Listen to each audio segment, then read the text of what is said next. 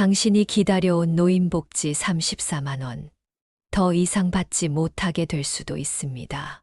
44년 동안 한 번도 바뀌지 않았던 노인 연령 기준이 폐지될 위기에 처했습니다. 정부가 곧 발표할 새로운 정책, 지금 바로 알아보셔야 합니다. 우리나라 국민 5명 중 2명에게 직접적인 영향을 미칠 이 변화는 단순한 숫자의 조정이 아닙니다.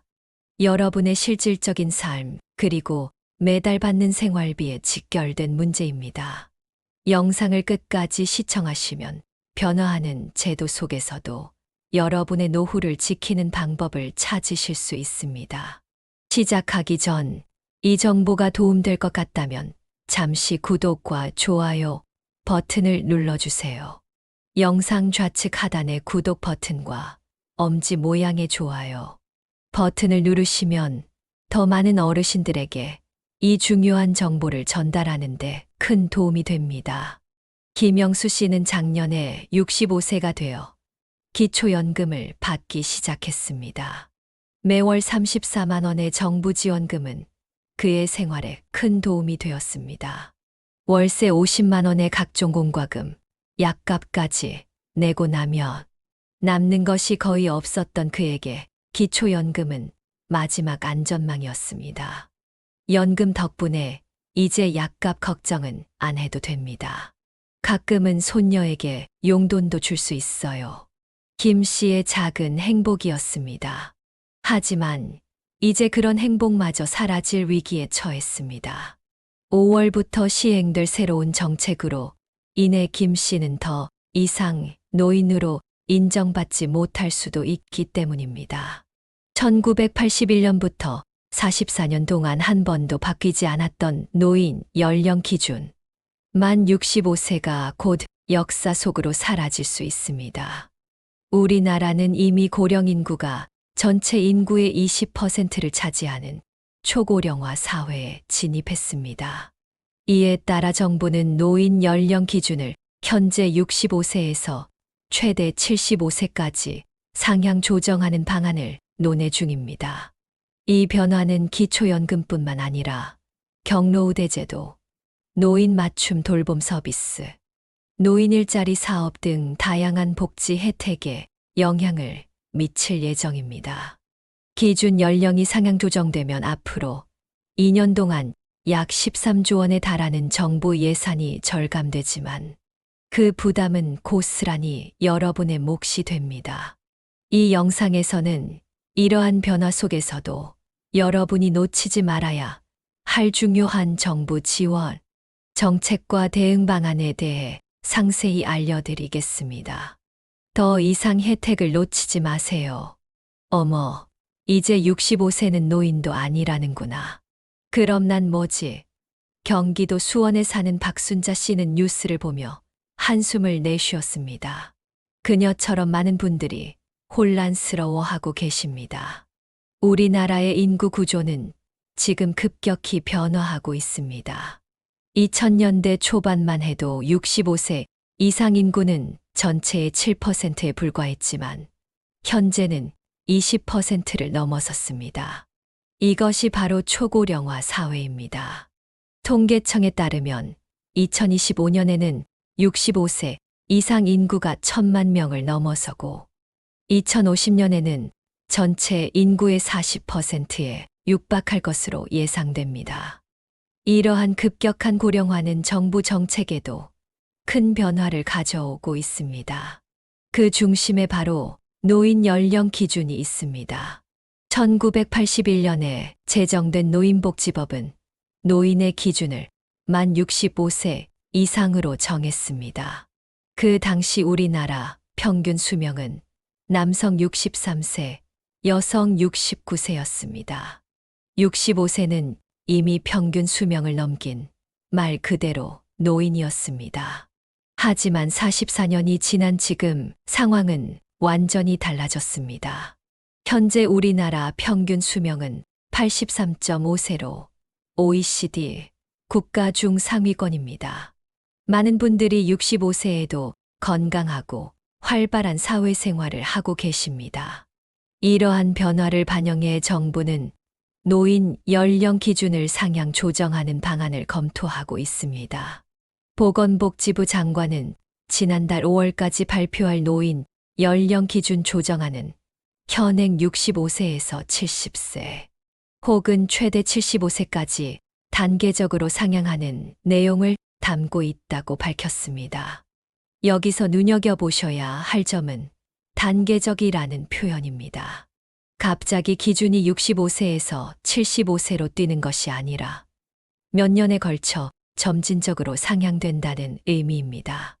예를 들어 2026년에는 66세, 2028년에는 67세, 이런 식으로 말입니다. 그렇다면 이 변화가 우리 생활에 어떤 영향을 미칠까요? 가장 직접적인 영향은 기초연금 수급 자격의 변화입니다. 현재 65세가 되면 소득 하위 70%에 해당하는 노인들은 매월 최대 34만 원의 기초연금을 받고 있습니다. 하지만 노인 기준 연령이 상향되면 더 많은 나이가 될 때까지 이 혜택을 받지 못하게 됩니다. 정부 추산에 따르면 노인 연령 기준이 70세로 상향 조정될 경우 2년간 약 13조 원의 재정이 절감됩니다. 이는 65세에서 69세 사이에 약 300만 명이 받던 혜택이 중단된다는 의미입니다. 정부 재정이 절감되는 건 좋은 일이지만 그 부담이 고스란히 노인들에게 돌아가는 건 아닌지 걱정됩니다. 사회복지학과 김 교수의 말입니다. 과연 이러한 변화는 불가피한 것일까요? 다음 장에서 이 변화의 구체적인 파급 효과에 대해 더 자세히 알아보겠습니다. 제가 64세인데 내년에 65세가 되면 기초연금을 받을 수 있다고 기대했어요.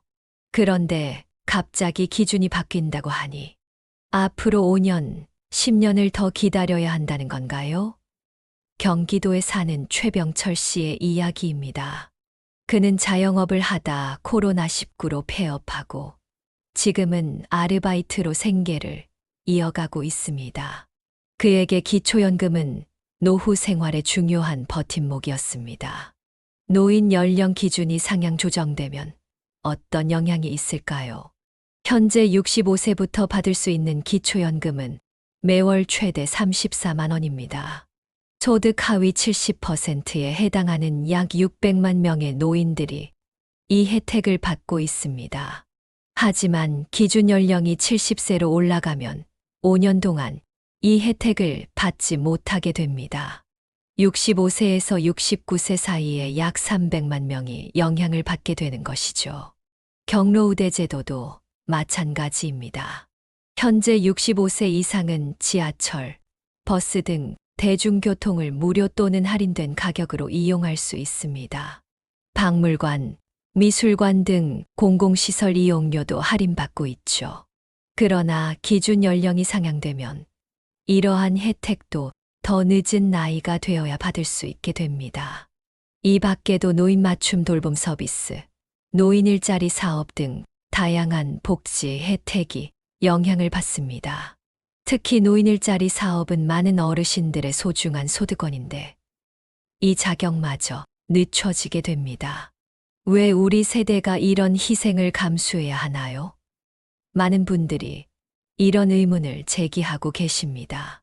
그러나 다른 한편에서는 젊은 세대의 부담을 줄이기 위한 불가피한 선택이라는 주장도 있습니다.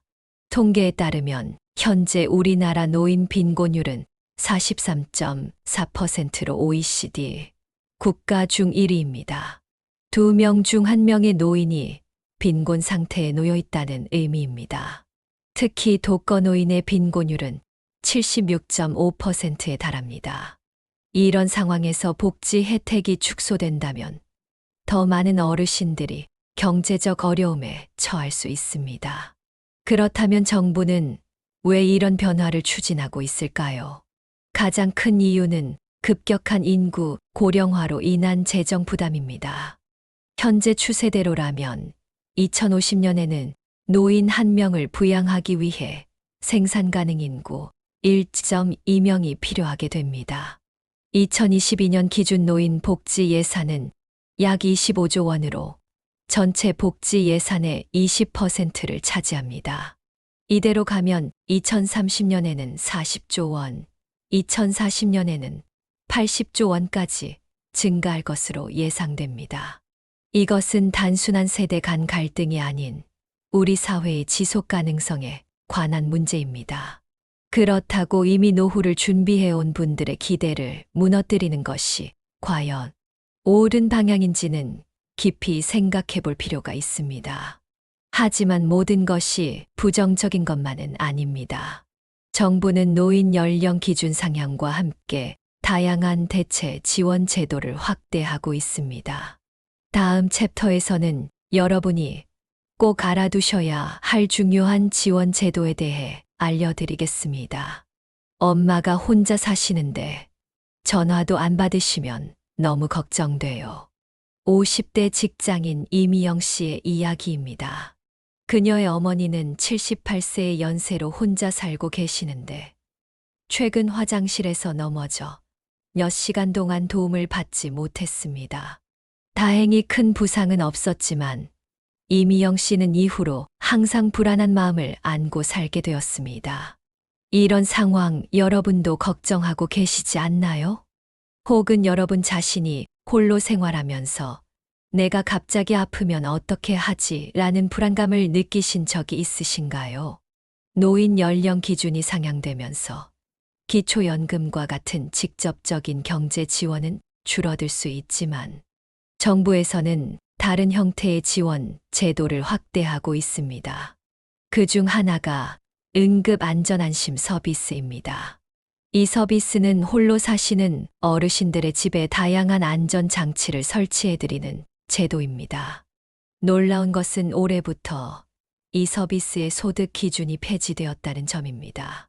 이제 소득과 관계없이 혼자 사시는 모든 어르신들이 신청 가능합니다. 특히 혈압, 당뇨, 뇌질환 등 만성질환을 앓고 계신 분들이라면 더욱 중요한 서비스입니다. 그게 어떤 장치인데요? 많은 분들이 궁금해 하실 텐데요. 집안에 설치되는 장치들을 살펴보면 먼저 활동량 감지기가 있습니다. 장시간 움직임이 없으면 자동으로 알려주는 장치입니다. 응급 상황 때 버튼만 누르면 119로 연결되는 응급 호출기도 있습니다. 화재 감지기는 연기가 발생하면 즉시 119로 신고를 해주고, 출입 감지기는 현관문 여닫음을 감지하여 활동 여부를 확인합니다. 모든 장비는 무료로 설치되며 24시간 모니터링을 통해 위급 상황이 발생하면 즉시 119나 보호자에게 연락이 갑니다. 지난해 서울에 사는 김성수 할아버지는 이 서비스 덕분에 심장마비 위기에서 목숨을 구했습니다. 갑자기 가슴 통증을 느낀 김 할아버지는 응급 버튼을 눌렀고 15분 만에 도착한 119 구급대원들이 신속하게 조치를 취했습니다. 그런데 이런 좋은 서비스를 어떻게 신청하나요? 신청 방법은 매우 간단합니다. 주민센터에 방문하거나 전화로 신청하시면 됩니다. 본인이 직접 신청하기 어려운 경우 자녀나 이웃이 대신 신청해 드릴 수도 있습니다. 복지로 웹사이트를 통해 온라인 신청도 가능합니다. 신청 후에는 담당 공무원이 방문하여 설치 일정을 잡고 전문 업체가 와서 장비를 설치해 드립니다. 장비 사용법도 친절하게 설명해 드리니 걱정하지 마세요. 여러분이 이 정보를 모르고 계셨다면 얼마나 많은 안전망을 놓치고 계셨을까요? 정부는 많은 지원 제도를 마련하고 있지만 정작 혜택을 받아야 할 분들이 정보 부족으로 신청하지 못하는 경우가 많습니다. 지금까지 홀로 사시는 어르신들을 위한 응급안전안심 서비스에 대해 알아보았습니다. 다음 챕터에서는 갑작스러운 응급 상황에서 여러분의 생명을 지켜줄 수 있는 또 다른 중요한 서비스를 소개해 드리겠습니다. 최근 대구에 사는 한 노인분이 갑작스러운 뇌졸중으로 쓰러졌습니다. 다행히 그는 119 안심콜 서비스에 가입되어 있었고 구급대원들이 도착했을 때 이미 그의 병력, 복용 약물, 주치의 정보 등이 전달되었습니다. 이 정보 덕분에 구급대원들은 신속하게 적절한 응급처치를 할 수 있었고 골든타임 내에 적합한 병원으로 이송할 수 있었습니다. 여러분, 이런 상황을 상상해 보세요. 갑자기 가슴이 아프거나 호흡이 곤란해지거나 의식이 흐려질 때 말조차 제대로 할 수 없는 상황이라면 어떻게 도움을 요청할 수 있을까요? 응급 상황에서는 단 몇 분, 몇 초가 생사를 가르는 경우가 많습니다. 119 안심콜 서비스는 이런 위급 상황에서 여러분의 생명을 지켜줄 수 있는 중요한 제도입니다. 이 서비스는 무엇일까요?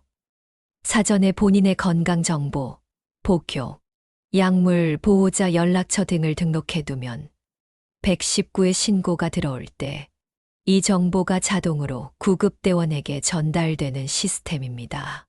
심장질환이 있는 김영호 씨 72세는 이렇게 말합니다.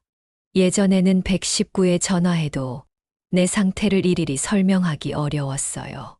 특히 가슴이 아프면 말하기도 힘들고 당황해서 중요한 정보를 빼먹기도 했죠. 하지만 이제는 안심이 됩니다. 그런데 스마트폰도 잘 다루지 못하는데 이런 서비스를 어떻게 신청하나요? 걱정하지 마세요.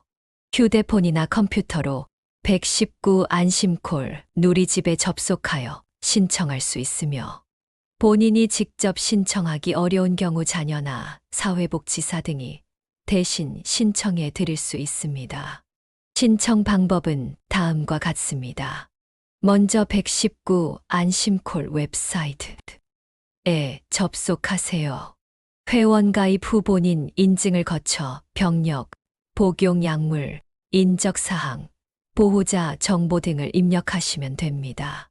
컴퓨터가 어려우신 분들은 가까운 소방서나 119 안전센터에 방문하셔서 도움을 요청하셔도 됩니다.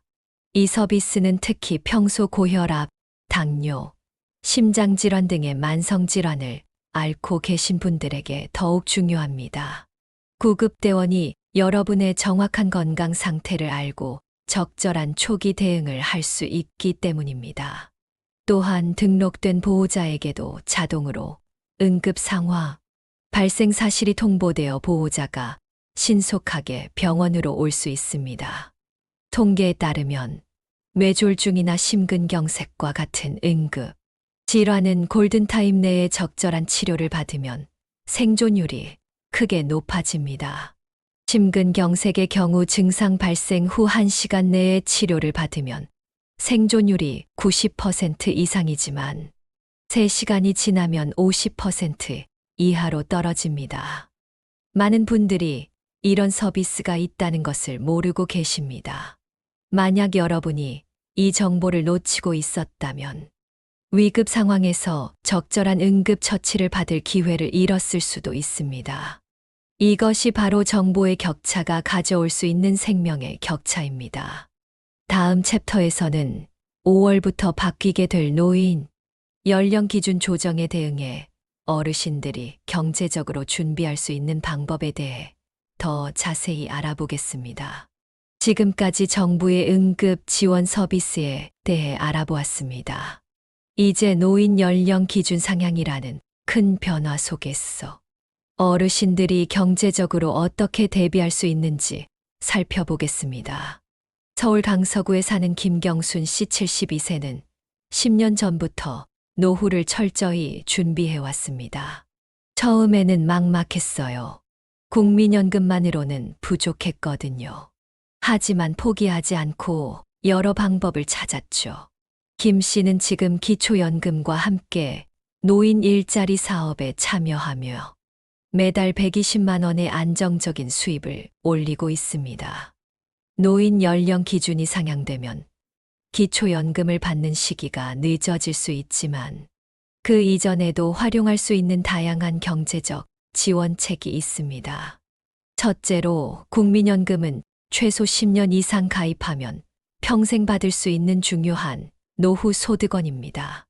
아직 국민연금에 가입하지 않으셨다면 지금이라도 임의 가입을 통해 준비하시기 바랍니다. 둘째, 만 60세 이상이라면 주소지 관할 주민센터에서 노인 일자리 사업에 신청할 수 있습니다. 공익활동형, 사회서비스형, 시장형 등 다양한 유형이 있으며 월 평균 27만 원에서 최대 70만 원까지 받을 수 있습니다. 특히 올해는 노인 일자리 사업이 역대 최대 규모로 확대되어 약 85만 개의 일자리가 제공된다고 합니다. 셋째, 주택연금을 활용하는 방법도 있습니다. 집은 있지만 현금이 부족한 어르신들에게 주택연금은 안정적인 노후 생활을 보장해 줄 수 있습니다. 만 55세 이상 9억 원 이하 주택 소유자라면 누구나 신청 가능합니다. 노인 일자리 사업에 참여하고 싶은데 건강이 좋지 않아 걱정이에요. 이런 분들을 위해 최근에는 건강 상태를 고려한 맞춤형 일자리도 늘어나고 있습니다. 예를 들어 전화 모니터링, 온라인 상담 등 집에서도 할 수 있는 활동들이 있습니다. 정보력이 곧 경제력입니다. 많은 어르신들이 정보 부족으로 받을 수 있는 혜택을 놓치고 계십니다. 지역 내 노인복지관이나 주민센터에서 정기적으로 제공하는 노후 설계 교육에 참여해 보세요. 이곳에서 다양한 정부 지원 제도와 신청 방법을 자세히 안내받을 수 있습니다. 디지털 정보 격차도 극복해야 할 과제입니다. 경기도 시흥시에 사는 박상철 씨 68세는 스마트폰으로 정보를 찾는 법을 배우고 나서 세상이 달라졌어요. 이제는 복지 혜택도 직접 찾아보고 신청도 할 수 있게 되었습니다라고 말합니다. 각 지역 주민센터나 복지관에서 진행하는 디지털 교육에 참여하시면 정보 격차를 줄일 수 있습니다. 마지막으로 가족과의 소통도 중요합니다. 노인 연령 기준 변화와 같은 중요한 정책 변화는 가족들과 함께 상의하며 대비하는 것이 좋습니다. 자녀들도 부모님의 노후에 관심을 가지고 함께 준비한다면 세대 간 이해와 협력의 기회가 될 수 있습니다. 변화하는 정책 속에서도 차분히 준비하면 여러분의 노후는 더욱 안정적이고 풍요로워질 수 있습니다. 다음 단락에서는 지금까지 배운 내용을 종합하고 앞으로 여러분이 실천할 수 있는 구체적인 방법을 정리해 드리겠습니다. 지금까지 5월부터 변화할 노인 연령 기준과 이에 대응하는 방법에 대해 알아보았습니다.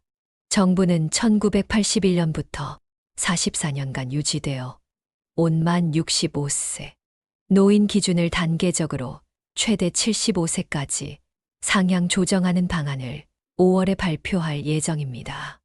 이는 초고령화 사회로 진입한 우리나라의 인구 구조 변화와 재정 부담을 고려한 결정이지만 많은 어르신들의 경제적 어려움을 가중시킬 수 있습니다. 그러나 모든 것이 부정적인 변화만은 아닙니다. 기초연금과 같은 직접적인 경제 지원은 줄어들 수 있지만 응급안전안심 서비스와 119 안심콜 서비스와 같은 생명과 안전을 지키는 지원은 오히려 확대되고 있습니다. 또한 노인 일자리 사업, 주택연금, 국민연금 등 다양한 경제적 지원 제도도 마련되어 있습니다. 여러분이 지금 당장 실천할 수 있는 세 가지 행동을 정리해 드리겠습니다. 첫째, 가까운 주민센터를 방문하거나 전화하여 응급안전안심 서비스와 119 안심콜 서비스에 등록하세요. 특히 혼자 살고 계시거나 만성질환이 있으신 분들에게는 필수입니다. 둘째, 노인 일자리 사업에 참여 가능한지 알아보세요. 건강 상태와 능력에 맞는 다양한 일자리가 준비되어 있습니다. 셋째, 지역 복지관의 노후 설계 교육과 디지털 교육에 참여하여 정보 격차를 줄이세요. 또한 가족, 이웃과 오늘 배운 정보를 나누어 주세요. 어쩌면 여러분 주변에는 이런 중요한 변화와 지원 제도에 대해 전혀 모르고 계신 분들이 있을 수 있습니다. 정보 하나가 누군가의 생명을 구하고 경제적 어려움을 덜어줄 수 있습니다. 정부 정책은 계속해서 변화합니다. 5월에 발표될 노인 연령 기준 상향 조정안의 구체적인 내용과 시행 시기가 확정되면 저희 황금빛 노후 채널에서 다시 상세히 알려드리겠습니다. 항상 최신 정보를 놓치지 않으시려면 지금 바로 구독과 알림 설정을 해두세요.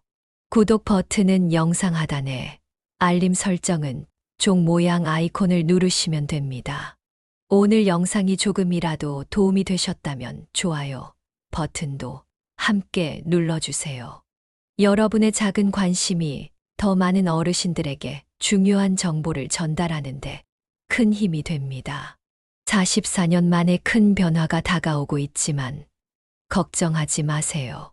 준비된 노후는 두렵지 않습니다. 정확한 정보를 바탕으로 미리 대비하면 어떤 변화 속에서도 안정적이고 행복한 노후를 보내실 수 있습니다. 앞으로도 황금빛 노후 채널은 여러분의 든든한 동반자가 되겠습니다. 다음 영상에서도 유익한 정보로 찾아뵙겠습니다. 감사합니다.